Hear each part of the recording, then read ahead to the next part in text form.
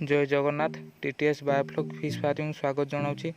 तो आगर वीडियो देखिले बस्ता ब्लॉक रे दुईटी टांकी ये बेस सेटअप चली काम चलता। तो आज से दुईटी टांकी काम कंप्लीट हो सारी।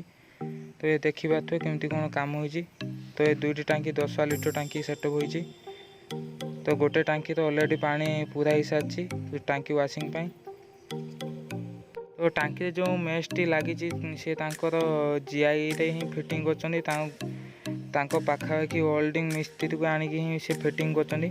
तो ये जो मेश टी बहुत भल मजबूत होती बहुत वर्ष लास्टिंग भी कर कहीं ये जीआई रे रस्ट लगे चांस ही ना।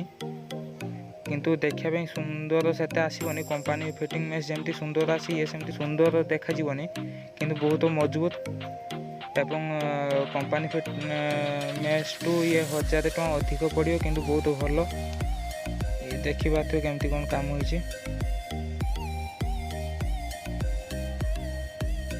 तो जो टांकी ओनर सी होती बस्ता हाईस्कूल हेडमास्टर। ये देखते टांकी आउटलेट केमती आम गोटे जगह ही रखाई।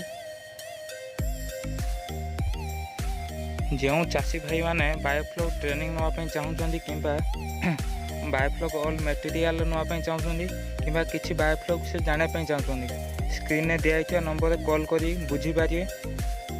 तो किसी असुविधा ना। तो नेक्स्ट आमर दुईटी टांकी ओनर सहित आमर नेक्स्ट इंटरव्यूटी आसुची। तो टांकी केते कौन टंका खर्च है एवं से क्यों जाल छाड़े सबकि से वीडियो जानीपारे। तो चैनल को सब्सक्राइब करदे एवं लाइक करदे।